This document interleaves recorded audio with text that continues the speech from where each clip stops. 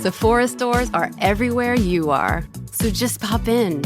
When you need a brown lip to match your 90s playlist. A confidence boost before your interview? Or a last-minute gift for mom's birthday.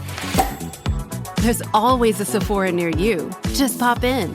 Use our store locator to find your local Sephora or Sephora at Kohl's. Kroger Delivery has one mission: to deliver the freshest food right to your door. That's why our drivers are pros. Our trucks are refrigerated.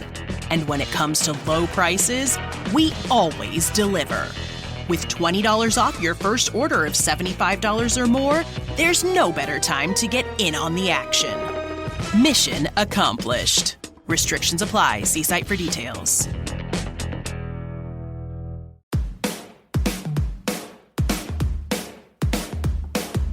Hello and welcome to The Shift, the podcast that aims to tell the no-holds-barred truth about being a woman post-40, created and hosted by me, writer and broadcaster Sam Baker.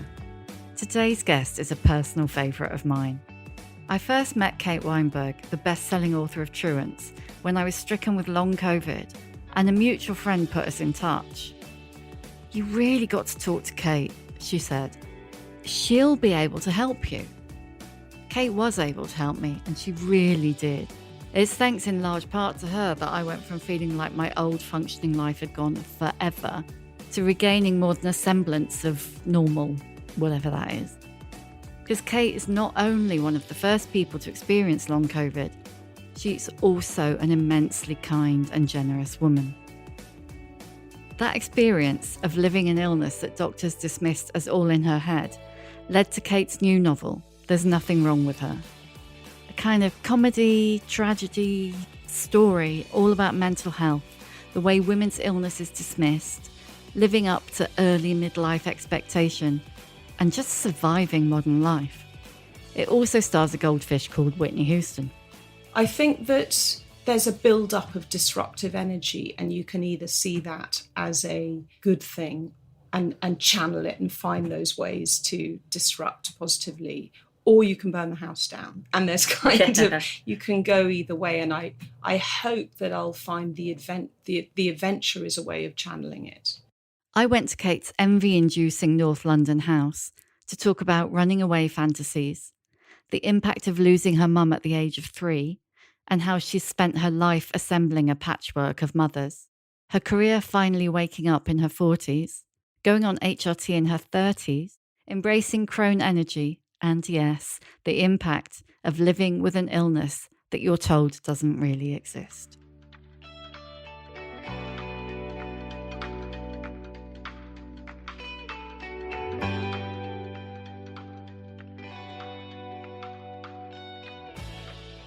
Such house, Sam, it's beautiful. Oh, thank you.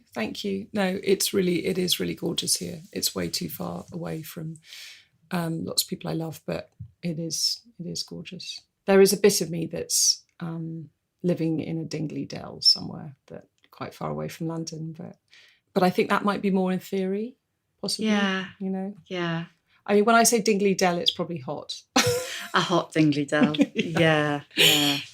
But yeah, there is always a bit of me that's living a parallel life somewhere. It's really interesting, isn't it? But I don't know whether that's just the running away fantasy that you need in order to keep your life on track. Do you think you ever stop the running away fantasy? I don't know. I guess if you start incorporating it a bit more in real life, like we really did run away 4 years ago, just after when I was recovering from long COVID, and we went to this place called Kilifi in Kenya, on the coast of Kenya, and we took the kids out of school and we put them into a local school there for a term, and it was on this incredible tidal creek in Kenya, and we lived the dream. I was still recovering, so it wasn't quite the dream, but it was a proper massive shift for all of us, and it was proper running away. And we the whole culture of our family shifted massively. So we did run away, and I think that's now become quite emblematic for me. So I've got this place in my head that we could always duck out of our lives and go there.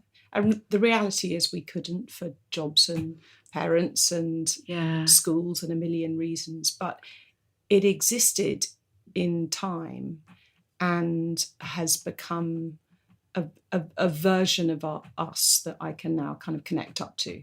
Have you always had a running away fantasy? Always. And, you know, there is a bit of me living in a croft in West Island with a poet who's probably not very good to me. And, you know, and there's I've got different versions of me around the world running in parallel, I think. And I'm sort of not convinced that perhaps that is part of what makes you feel imaginative as a writer. But I feel that somehow I'll get to live different versions of myself still. And I don't know how that will happen. And I don't mean other families, but I do mean other adventures in some way. I feel like the adventure is not, you know, it's just still quite near the beginning. And I know that doesn't really tally up with my age, but... No, you see, I think it does tally up with your age. I mean, before we started recording and we were in your beautiful kitchen, and I just can't, I can't tell the listeners how beautiful, I've got such bad kitchen envy. If only you could see it, but you can't. We were talking about that, the way that we live in the box that's expected of us a bit, which is not to say that the box doesn't fit some people, and it's not to say that some who can be living in bits of the box can be lovely and comfortable. You know, the marriage box that I live in, I'm very lucky and I'm very happy in it. The other bits of the box didn't suit me. But I think, you know, what happens is you get to this age and you think, actually, whether or not the box fits, there's got to be more different things. And I've done all the things that have been expected of me. I've been doing all the things that have been expected of me, or some of them, whether it's having the job or having the kids or both, or, you know, whatever. And you get, I think that now is when the adventures start. I mean, what are you, late 40s? Yeah, I'm 48. Oh, no, I've just turned 49. Jesus. Yeah. I do feel 50s are the best. Well, actually, no, I'm not. Am I looking forward to them? I'm going to make sure I am. I think that there's a build-up of disruptive energy, and you can either see that as a good thing and channel it and find those ways to disrupt positively, or you can burn the house down. And there's kind of, you can go either way. And I hope that I'll find the adventure is a way of channeling it. I still can't work out how to do the maths around children and old parents. And how old are your kids? So I've got a 11-year-old and a 13-year-old. Yeah. Who's still... a little bit too young for you to sod off adventuring. They're beginning to... They like the fact that I write and I travel, and they quite like the fact that I go away for sort of a few days here and there. But I couldn't suddenly just take off down the Silk Road for a couple of months. And would you like to? Yeah. I mean, I would, I'd miss them like crazy. And I probably, and I don't think I could, I think I've got too much connective tissue to them at the moment to be able to actually do that. But there's a huge part of me that wants to be bold and daring and go to places I haven't even sort of, that I can't pronounce. I want to be out there. And also soaking up stories and meeting people outside, the kind of amazing existence that I have, but it still feels like there's dimensions out there I want to explore. Do you come from a Silk Road adventuring family? No, it's all quite made up. No, having said that, my older sister is a real adventurer and was a journalist who lived in different countries. But my mother died when I was very young, and my father was a businessman, and they both came from South Africa. I suppose they adventured in the sense that they left apartheid South Africa and they came here. But I think the adventuring comes from stories, really. Stories really brought me up, and I just always wanted to be away somewhere. I wanted to be in different worlds, and that's not just in my head. I want to be in different worlds with my feet as well as my head. Your mum died when you were 3, didn't she? That's right. Were stories how you coped with that? Yeah, so my father, who was a South African man who I don't think had much idea what to do with a 3-year-old, a 6-year-old and a 12-year-old girl that was left behind. He was just... She died suddenly, didn't she? Yeah, she died in a matter of weeks, and she was mid-30s, and it really came out of the blue. It was brain tumour. So your dad was like, yes, what to do? Now? Yeah, what do I do here? And he was working full time, but he had this thing that he did very consistently for us. We have nannies, but which is that he'd come back from work and he would spend a little time with us individually at the end of the evening. It was probably 20 minutes to half an hour each, or maybe even less, where he'd read to us. And he'd read quite well above our age level. So, I mean, I remember he read Danny, the Champion of the World. That was always but I was really quite small. But then also some Dickens, and he would read quite ambitiously, and I think that sense, that feeling of being with him in a story was because we're all writers, all 3 girls, and I think that must have made us into writers, because books were a refuge and a place of love, and we wanted to be there. And I think really the leap from being someone who loves books to writers, I've never really questioned that leap. I just always felt that was a way of sticking close to books, and I knew which books I loved, and I just always wanted to write books that were the kind I wanted to read. You were relatively older, weren't you, when you wrote your first book? Is it 40-ish? Yes, exactly. Though I'd always been... Really young, actually. There we go. I'd always been writing. I was writing, but just not particularly successfully. I never even tried to publish a book until I was in my 40s. But I was scribbling away, and I just worked in various jobs that felt like bread and butter jobs in order to be a writer. I suppose in the sense of how we talk about adventuring, that feeling that there's...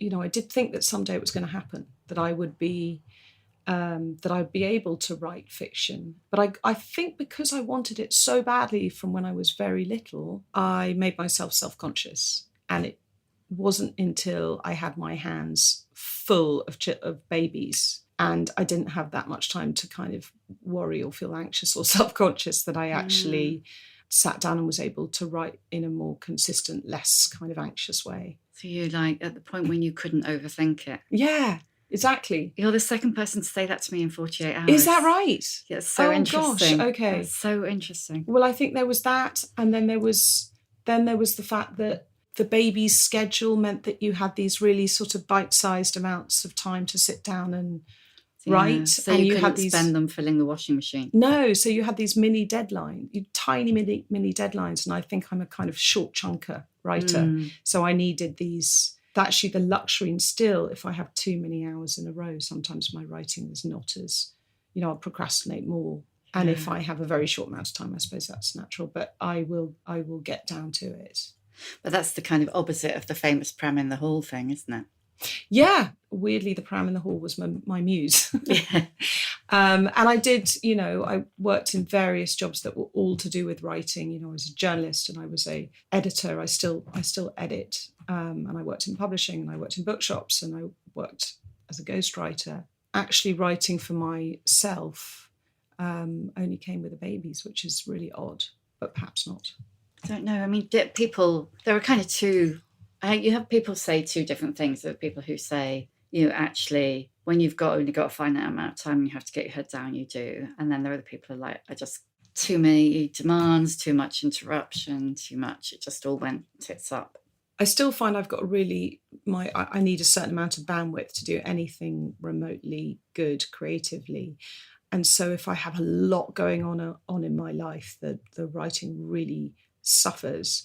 But I think because babies are so incredibly one track, in a way they were just two lanes to go in. I could either do that or do that. Whereas now there are so many things to worry about and care about. It's a little bit harder to find that, writing shed in my mind and go into it and lock the door. So your children are kind of early teens coming up to teens. And have your dad is elderly now? He's 93. Wow. Yes. Yeah, so you are right in the middle of I'm the in the sandwich. middle of the wheel. Yeah, I'm in the middle of the wheel. So it's a really busy time, and there's definitely a selfish writer bit of me that is always thinking, well, I could be writing 3 times the speed if I didn't have all of this on. And but maybe not. That's not. But maybe because of the way I am, too much space would make me more anxious or overthink it, as you say. So you and I first encountered each other,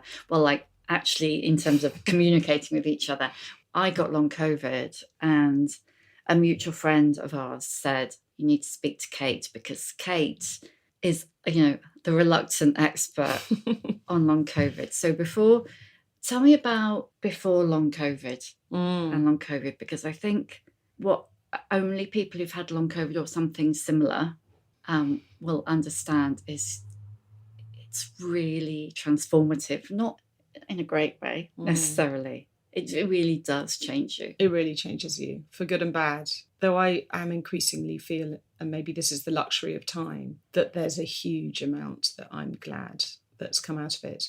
Before COVID, so weirdly, having spent 20 years trying to be a fiction writer or wanting to be a fiction writer, I just nailed it.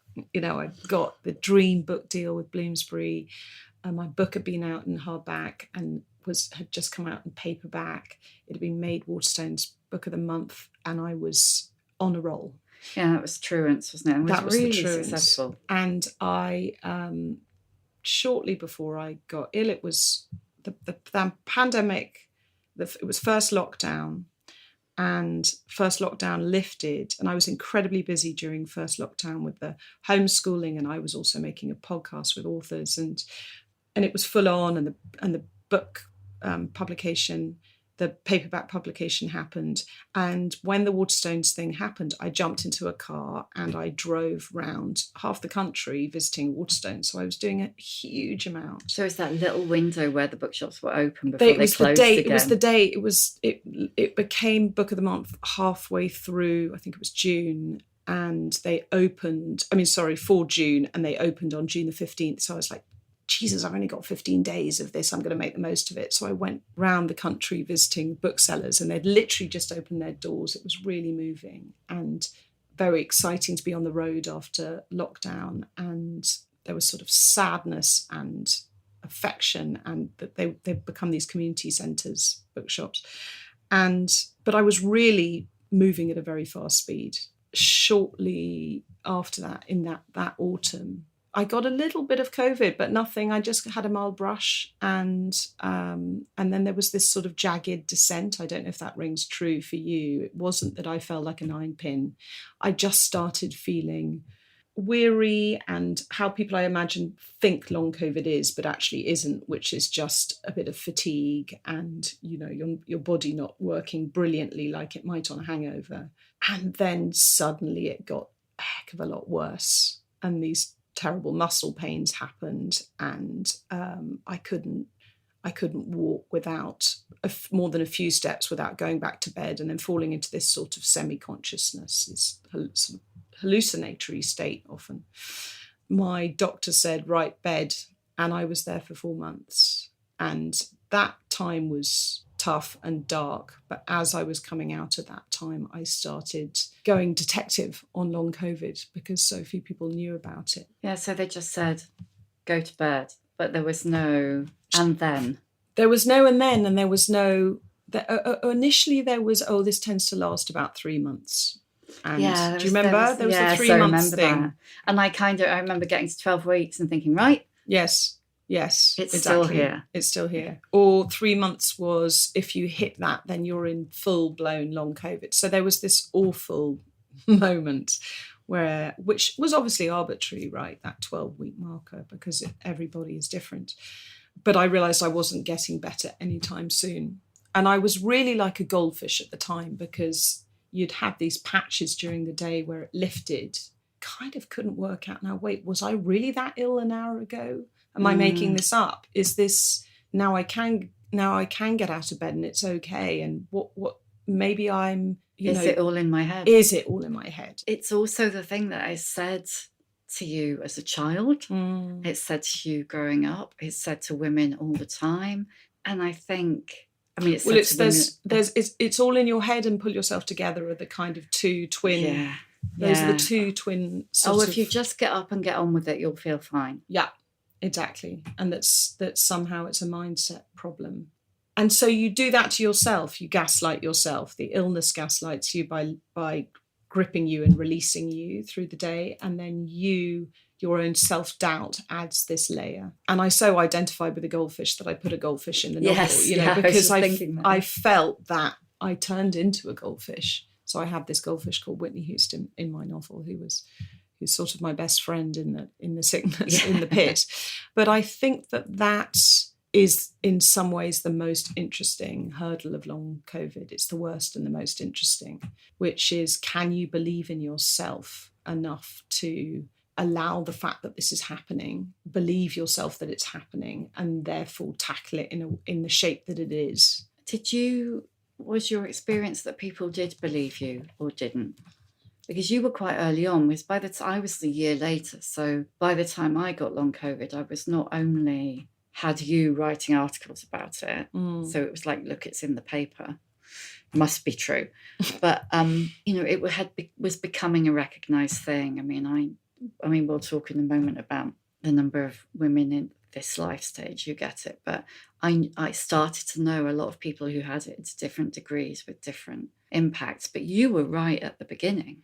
Yeah. So it was second lockdown. So in some ways I was spared visitors, in the sense that there were no one was visiting anyone's houses, and no one to tell you to pull yourself together except for you. Yes, though in a way I couldn't work out what people thought about it. People really close to me, my family included. There's a state of paranoia. And as you say, especially very early on, when basically a lot of people thought that just meant the way you feel after a cold or a flu, which post-viral. Yes, exactly. And then also the maddening guessing game of, am I doing this that's making it worse? Is it something, if I eat or if I try and walk downstairs at this time of a day, is it, can I control it in any way? And it turned out to be a completely mercurial illness that you can't predict and you can't control.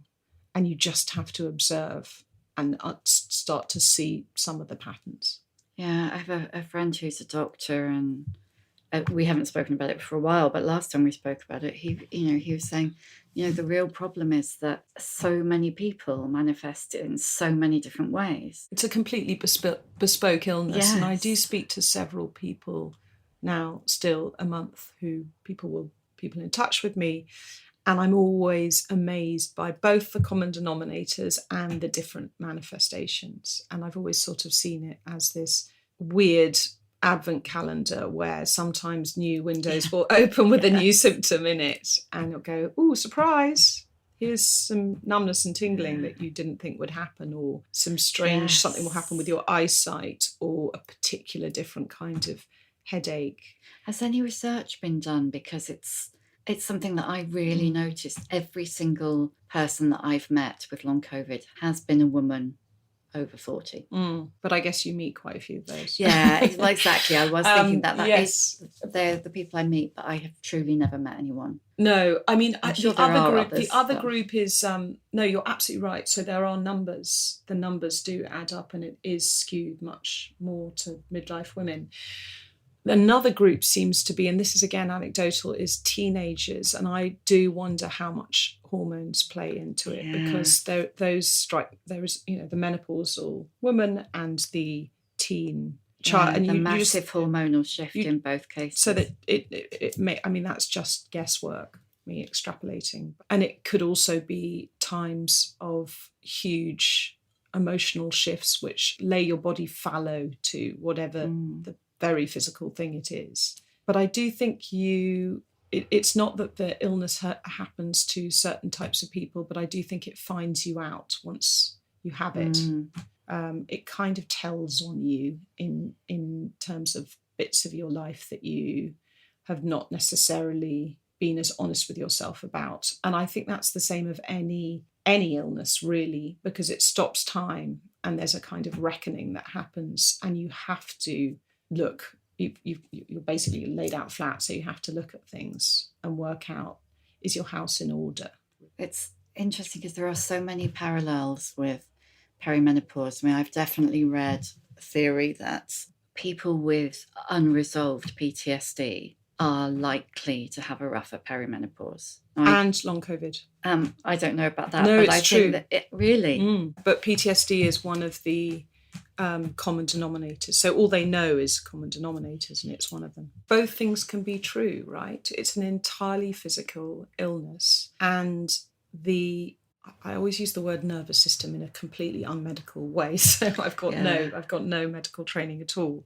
But the way that your nervous system reacts to things, I can tell from myself personally, has an effect on my health, and I'm sure it does for everyone. So it makes total sense to me that your nervous system, in whatever way it's been trained in your life, will have an impact, which doesn't mean that the illness is not physical. It's just that your brain and your gut and your body, and we're systemic people. We've been living in these medical silos where you chop off your head from the body, but it's obviously not true. And are you, like I am, a person who body sometimes has to take them out at the knees because their head won't deal with it? 100%. And I don't know many women who aren't. I don't think we're good at stop signs. We don't have them. We're really good at showing each other stop signs and taking care of each other and going, hey, slow down crossing the road. Yeah. And yet not with ourselves. And so I do think illness, that's what I mean by telling on you, really. Yeah. I think it does. It can feel like it's a destructive force, but then there are, and for a lot of people it just is a tragedy, and it is pure destruction, and there's no rhyme or reason for it. But in certain cases, it gives you an opportunity to work out whether you want to live in a different way.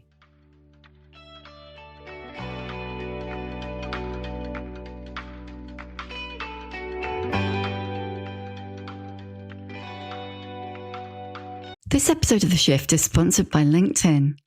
As a B2B marketer, you know how noisy the ad space can be. It's time you had a marketing platform built specifically for you. That's LinkedIn Ads, the platform where you can cut through the noise by precisely reaching the professionals who are more likely to find your ad relevant. Target your ideal audience by job title, industry, company, and more. Stand out with LinkedIn Ads and start converting your B2B audience into high-quality leads today. LinkedIn Ads allows you to build the right relationships, drive results, and reach your customers in a respectful environment. You'll have direct access to and build relationships with decision makers. There's 1 billion members, 130 million decision makers, and 10 million C-level executives. You'll be able to drive results with targeting and measurement tools built specifically for B2B. In technology, LinkedIn generated 2 to 5 times higher return on ad spend than other social media platforms. You'll work with a partner who respects the B2B world that you operate in. 79% of B2B content marketers said LinkedIn produces the best results for paid media. I mean, LinkedIn is the first place I turn if I want to know what the people who shape my industry are thinking. So whatever industry you work in, you'll find the brightest brains and ideas here. Start converting your B2B audience into high-quality leads today. We'll even give you $100 credit on your next campaign. Go to linkedin.com/theshift to claim your credit. That's linkedin.com/theshift. Terms and conditions apply. LinkedIn, the place to be, to be. You were saying about, women ignoring the stop signs. Yeah. And I was really struck when I was writing The Shift at the beginning of the pandemic, the number of women who said to me that they really wanted, and it's a terrible thing to say, but they really wanted to be not like life or death ill, but like properly ill, so that maybe I have to go to hospital, but my life's not in danger. So that I can stop, so that I can have permission to not be at everyone's beck and call. So, okay, I totally understand it, but it's also, I think that instinct that maybe a lot of people have when they're near breaking point in their lives, is why awful illnesses like ME and CFS have such a bad name, because we can all relate to that feeling, which is, I just want to duck out of my own life. Yeah. I just want to lie down. And then I think that is projected onto people who have these illnesses. Well, you just gave in. Yeah, I know that feeling. I didn't give into it, but you did. And actually, you kind of want to duck out of your own life. And really, you like existing in victimhood on some level. And that means there's quite a lot of attention and the oxygen's on you. There's more oxygen for you because we're all looking after you. So I think all these suspicions come from those feelings in ourselves that we all have sometimes, which is, bloody hell, I wish it would all just stop. And I could lie down. And I think it then turns into a kind of prejudice where it's a suspicion of oneself. It's like the way that jealous people always think that other people are having affairs. It's the same thing. It's kind of like a projected thing. We were talking about, when we were talking about PTSD and how illness cracks you open, what do you think was going on in your life at that point, or your head at that point, that long COVID that long COVID burrowed its way in? I've thought about this a lot, as you can imagine. I think I was just at full tilt. So there were lots of good things happening, like my career had finally woken up in my 40s in the way I wanted it to. My children were at quite a demanding age. My friendships, I was making quite a few more friends, which looking back I realised was draining, and I wasn't necessarily attending to some of those old friendships. We just live a really busy family life as well.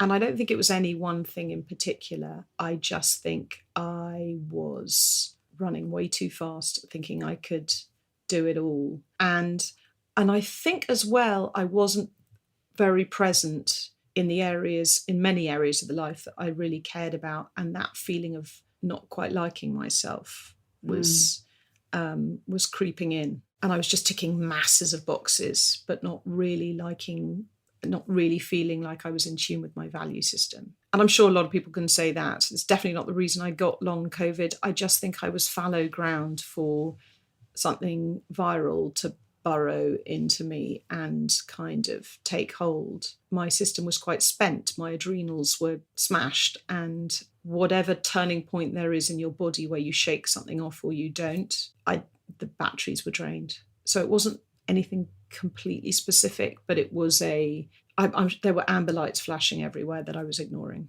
In one of the pieces that you wrote about a year after you got long COVID, you described it as if someone had taken out my batteries altogether. And I feel like, I don't know whether you still feel like this now, but I feel like now my battery no longer charges 100%. It's like an old iPhone battery. It says it's on 100%, but it's probably on about 80 or 70. And it might get down to 30 and I'll think, I've got loads left. And all of a sudden it will be on 8. And I feel like that's now how I live my life. The new normal. That's the new, exactly. That's the new normal. What's your new normal look like? Oh, so I feel so conflicted talking about this, because I think that, if I'm completely honest, I'm also, running on an old iPhone battery. But I do think that mindset, not pretending that that's not true. I think worrying about my energy levels doesn't help. So I think that my formulation, which I trot out, which I don't think is completely true, but I find helpful, is that I'm 90% better, which means that 90% of the time I'm 100% better, and 10% of the time I have these flare-ups. Yeah. But the truth is, probably 90% of the time I'm a bit off. But I choose not to think about it that way, because I think there is a certain amount of confidence in my health, or maybe I need a little bit more time to reconcile myself to the aging battery.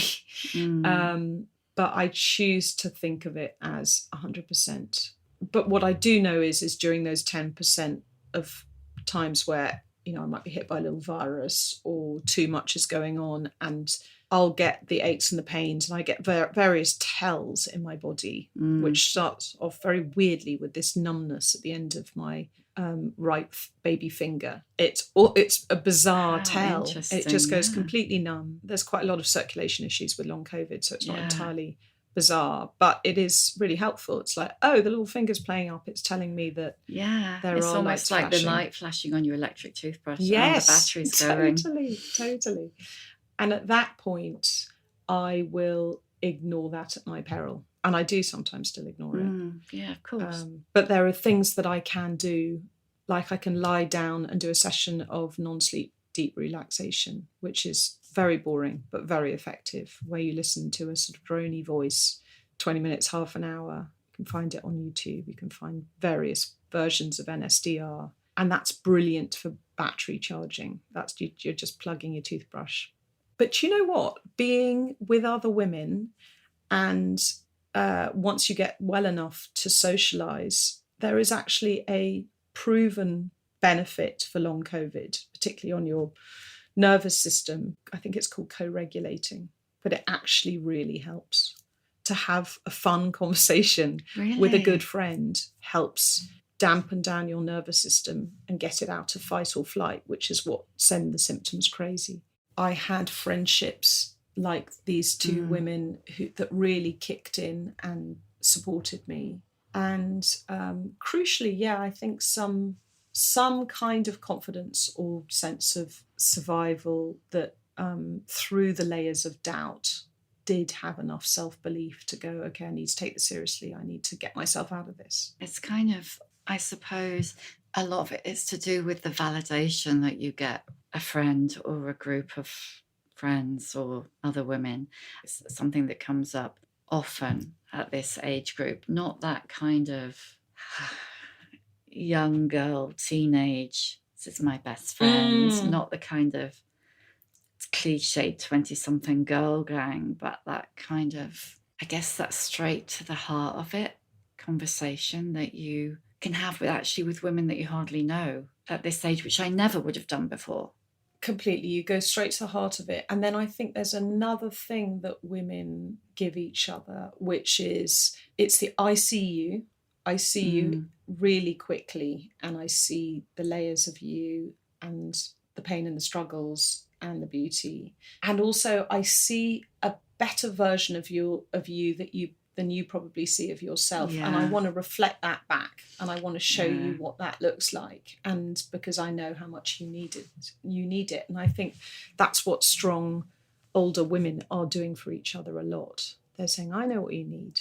This is what it is. And I can see it. You just can't see it in yourself. In your books, that's a bit of a theme, that kind of older woman who supports, inspires. I hate the phrase role model, but I use it all the time, but I still hate it. Is that something that you feel like you've not constantly, is that something you feel you've consciously sought out through your life? Yeah, I mean, it's not rocket science, working out for myself that because I didn't have a mother growing up, I had a stepmother, but I didn't have a mother. My stepmother wasn't very maternal, that I would seek out these older women. I've done that in my writing and in my life. Both my novels, there's a older woman and a younger woman. And it's not a straight line that the older woman is just conferring all the wisdom. No. I think in a way they're saving each other, and they often do. And actually even now in this new book that I'm developing, for the first time I've flipped, and the first person is the older woman, whereas in the two books I've written so far, the protagonist has been the younger woman. So I think there's something where I'm accepting my age on that level and kind of wanting to be in that older version woman. But I have always sought it out, but I've really found those women in my life. I've been so lucky from a very early age. I think the reason that I'm not completely sort of broken by the things that happened in my childhood is because there was always an older woman who somehow scooped me up and looked out for me. And it's been almost magical, that. Can you tell us a bit about some some of those women? I guess the first one was a nanny figure, really. She wasn't quite a nanny, but she was a nanny figure called Xanthi, who was Irish, and she was very no-nonsense, and used to go and help her on a farm, and she was just this incredibly loving, supporting person when I was a very small child. And then fast forward to, I think mothers of friends always scooped me up as well. I think they always kept an eye out for me, and they knew I was someone who didn't have a mother, and I was always taken in by mothers of friends. And then in my mid-20s, I found the most incredible therapist who bizarrely was the same age and a South African Jewish woman as my mother would have been. And even more bizarrely is now buried a few feet away from my mother in a cemetery in North London. And she was called Berenice. She was this incredible therapist who reparented me and came at just the right time. And then I skipped out one, which was when I did a master's in UEA. I was taught by this phenomenal literary critic called Lorna Sage. I don't know if you ever heard of her. She wrote that amazing book, Bad Blood. Yeah. Bad Blood, which is just the most brilliant memoir. It's my favourite memoir of all time. But she took me under her wing, and she was a smasher. She was irreverent and unconventional and full of the kind of energy that your podcast is all about. Crone energy. And she was best friends with Angela Carter, and she was my God. Yeah, she was a real life that is heroine. A pub table I would like to have sat at. Yes. And I couldn't believe I was taught by her, and she then became the basis of my character Lorna in the Truants. Not very good at changing names, am I? From my inspired by. I think I always do it in the first draft and think I'll change that, and then can never bring myself to change it. But sometimes it just doesn't work. It's just, sometimes that's who that person is. And she's not exactly that person at all. She's got lots more sort of moral ambiguity. The character has. Lorna was just fiercely wonderful, but she was a rip up the rule book person in her writing, and her just the mischief in her face. She had these blazing blue eyes, and she'd just come into the room with this, almost like she just had this sort of laugh inside her all the time. She was there was this joke that she was holding inside her body, and you could see it in her eyes at all times. And I've carried her inside me since she died shortly after I was taught by her. And she's one of those women. I have a few of these kind of crone energy women inside me, and including Xanthi, who I lost touch with. Almost lost touch with, which was my fault. But they're in me. They people me, and they. I hope they will inspire me to give to younger women. That's so interesting, isn't it? Because you read so much about, the mother-shaped hole for whatever reason, and the idea that you have lots of women in layered mothers of it. Yeah, who wouldn't see themselves as my mother at all, but for me they've formed a patchwork in that whole. Yeah, I feel very strongly actually about. I've got cousins who I'm close to in their 20s, women, and that chain of women that just keep. There's some kind of circular force field that's happening between women and intergenerationally. I hope that I can give as much as those women have given me. I mean, you're still practically 12, but love you. What has that kind of process of getting older? Your mum died when she was 35, and all of the pictures I've seen of her, I mean, you're a stunner, but all the pictures I've seen of her, she's this absolute beauty, kind of preserved in aspect. Totally, film star beauty. Yeah, like an absolute, like those kind of that stunning black and white kind. Literally she movie was in a row with Sophia Loren and Elizabeth Taylor. She wouldn't look out of place. You wouldn't pick her out. No, exactly. So how is getting older than your mum being? I think I got more and more unnerved as I reached the age she was when she died. In a way, there was a liberation getting older than her. But it's very odd. It's very odd looking at pictures of her, and my mind will often flash to thinking about this section of my life that I'm having that she's not having. And it's odd not having a prototype in front of you, having a picture of a version of you, because I'm not the great beauty that she was, but we've got similarities, and I can't see the aged version of her. And that's and listen, by the way, there are so many drop down on forms and things where they ask you how old's your mother, and that there are so many kind of annoying, tactless references to your mother on various medical forms, or they'll say, what age did she have her menopause, or what, what's your illness? It's practically the first thing that a doctor will ask you about the menopause. Yes, and there's an assumption that, not so much now, but certainly when I was younger, that she would be alive. And every time that question gets asked, and indeed Mother's Day happens, those feelings get stirred up a bit. But I do feel very connected to her, and oddly, I've got a daughter, and that also strengthens that feeling of connection, because I'm kind of looking down the telescope from the different end. But are you asking more in terms of the aging process of physically what that feels like to get older and get wrinkles? And both, actually. I mean, it's interesting that you chose to answer it that way. Yes. In itself, but also physically. I quite like her being on a pedestal and in aspic, as you say, in beauty terms, but it's also not particularly healthy. I do think it made me quite insecure about my looks when I was. And I'm sorry, but that's mind-boggling. Thank you. That just goes to show how mad we all are. Yeah.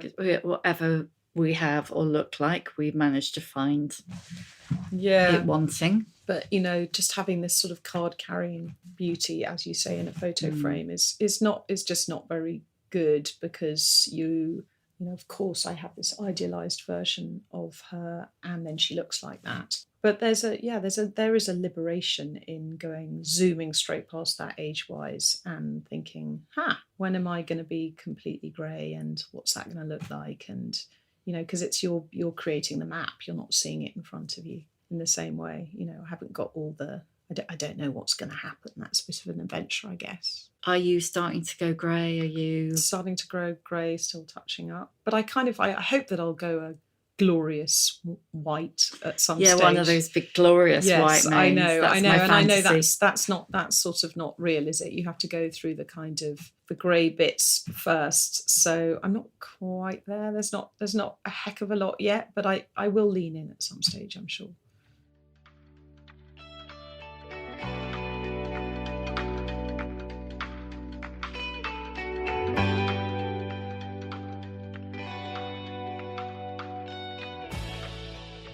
One of the things you wrote that really resonated with me, and I can't find it now, partly because I've now not got the right glasses.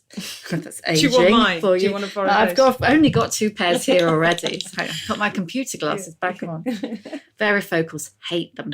They look good though. About people saying you're back to your old self. Oh yeah. You're back to normal. And I just thought, oh my God. Yeah. Because people just want you to be back to your old, whatever your old self was, or they thought it was. They want it to be gone. And also the word better as well has I find it's such a struggle feeling like you need to fit into a narrative of getting better, and that actually, people want a story. They want a story arc of an illness, and they want to feel that they want you to be the hero, to be out of the tree, redeemed, got the princess. Yes, exactly. Yeah. And that the illness is the same. That now you've gone through all that long, boring bit where you were static and no use. That at least they get the upside of kind of the musical song at the end. Yeah, where we're all dancing and saying, "Yes, I'm better, and I feel wonderful."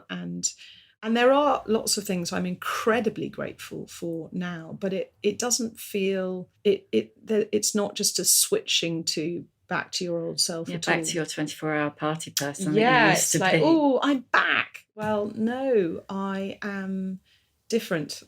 And there are lots of different things I can offer you now, but not that old version of me. And that old version of me had lots of cracks in it that I've attended to. And I hope if you love me, then you'll want to see what that looks like now. I feel like that is true of menopause and long COVID. It's amazing how many come out the other side and you are, well, I can't speak for all women everywhere, but for me personally, I'm not the same person. I think. What do you think the differences are? Most of me is better, actually. Well, I think it made me, and it was perimenopause more than long COVID, made me attend to some things that I had refused to attend to. I had spent most of my life avoiding attending to. All that kind of dealt with. Well, not dealt with, because, you know, you're never better, I think. But you confronted them. You confronted and live with, sit with. And we've managed to get through this without saying the word journey, which is like fantastic. I think I am nicer and less nice. Yes. In a weird way. Probably a better friend. Yeah. I think I'm a better wife. Yeah. I think it's a miracle I'm still married, to be quite honest. I think I'm more tolerant of myself as well. And the less nice? But I am also less tolerant. So I am more tolerant of people I care about, people close to me, my own failings, their failings.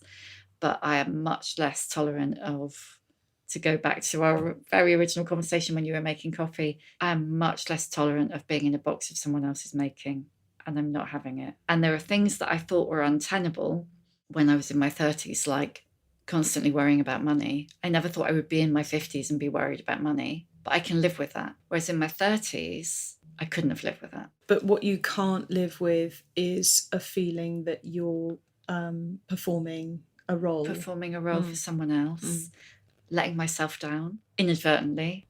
Going against your value system because you're fitting living a lie a bit.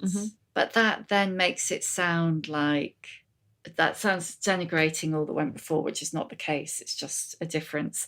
And there's a word you used earlier that I meant to mention, and somebody mentioned it a long time ago, Christy Watson, I think.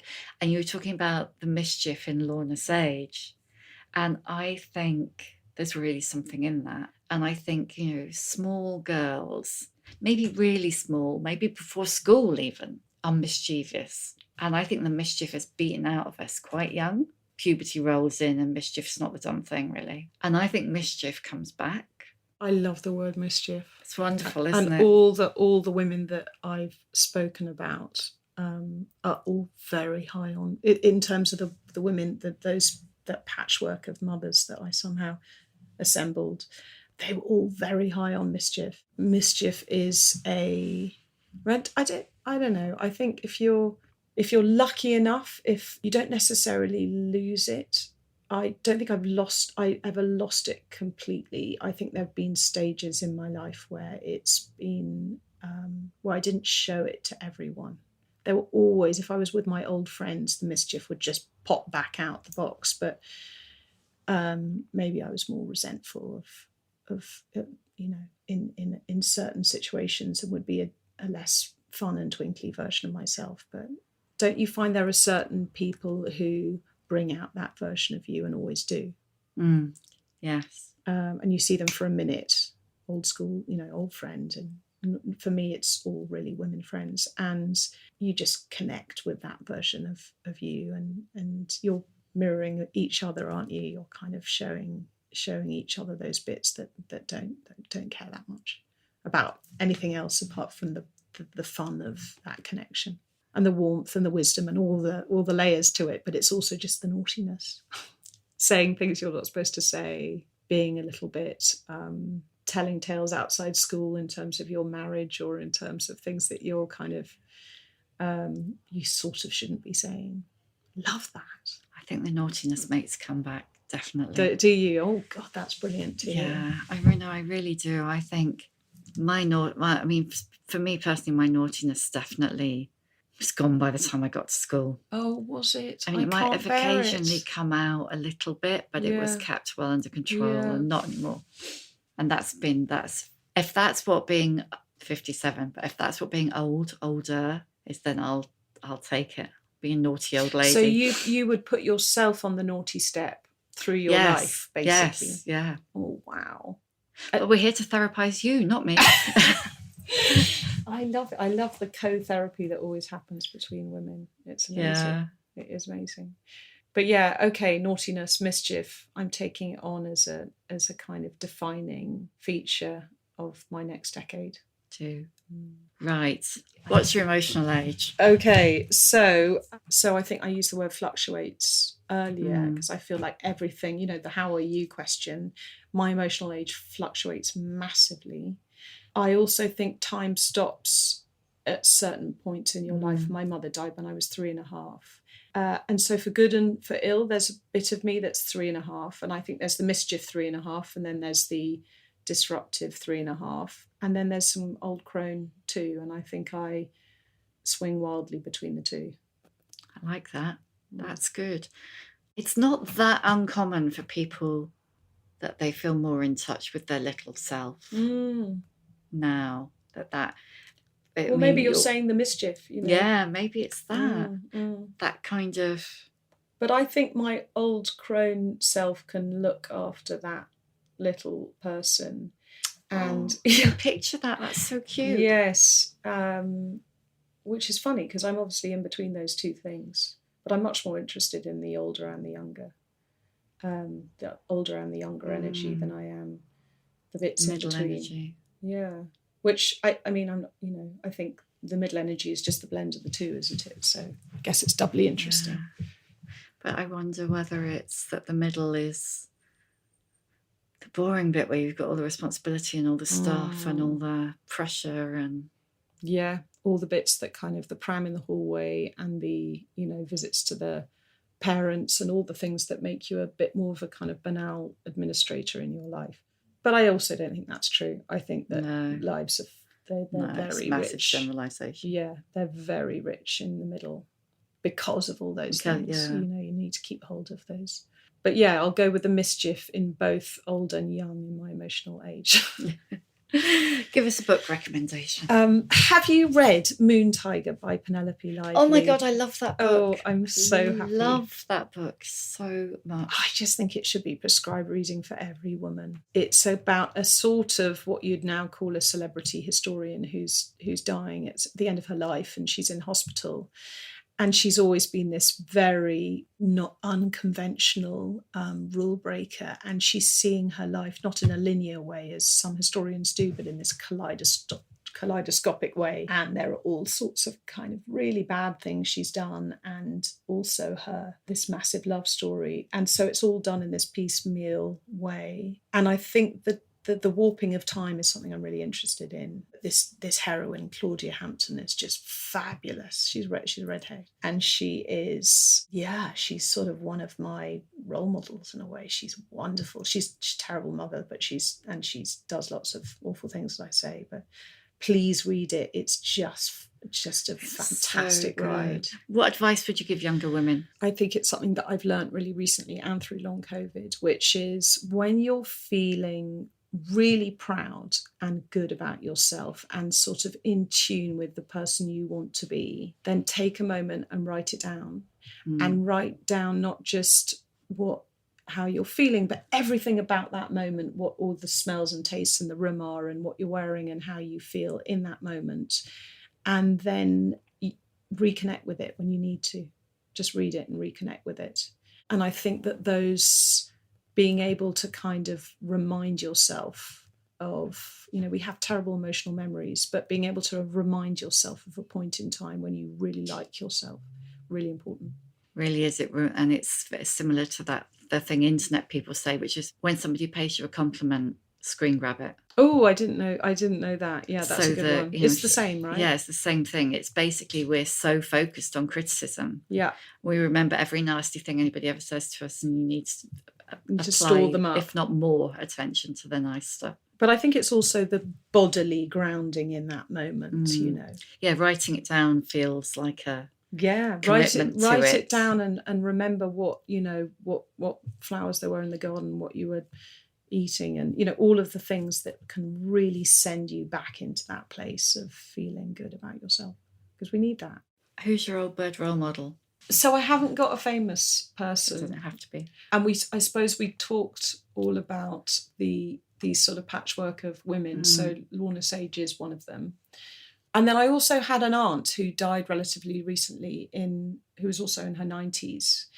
And she was amazing in that she didn't give a shit what she looked like. She was a terrible cook. All the kind of feminine attributes seemed to be very low down her list of importance. But young people flocked around her, thought about it a lot. And I remember her son saying to me, yeah, she just never makes you feel judged. And she had a ability to make you feel seen but not judged. And that's what I'd love to do. I'd love to make people feel seen and not judged. That's a real superpower. What's yours? Oh, so you're, yeah. No, I was just saying that was her superpower. That's incredible. I think a lot of women have this superpower, which is helping people getting onto their eye line and getting quite quickly to the heart of what makes them who they are. And I think I do have that. And I also think I help, but I also think it's so hard talking about something that you might be good at. I don't know, but I do really like helping people find their stories. And I don't just mean in book terms. I suppose their stories in life too. I like helping people find what inspires them and what they may want to do with the next few years of their life. Or I love that. And last one, how many fucks do you give? Way too many. And I remember people saying, when you hit 40, you'll suddenly stop giving a fuck. And that, I waited and it really didn't happen. That's a pill I never took. Yeah, exactly. It really didn't happen. And I was disappointed by that because I thought, oh God, maybe all those kind of little anxieties, they'll all just sort of slough off somehow and I'll emerge. But that didn't happen. And now I don't think I want to give less fucks. I just want to be more selective about the fucks I give. Different fucks. Yeah. Yeah. So I want to choose my fucks carefully and give lots of them to the right people. Thank you for listening. If you enjoyed The Shift and would like to show your appreciation, why not buy me a coffee? Go to www.buymeacoffee.com/The Shift with Sam Baker. You can hear a new episode of The Shift every Tuesday, wherever you get your podcasts. And if you like what you hear, please do rate, review, follow, tell your friends, because it really does help other people find us. And if you'd like to know more about my own experience of shifting, my book, The Shift, How I Lost and Found Myself After 40, and you can too, is out now in paperback.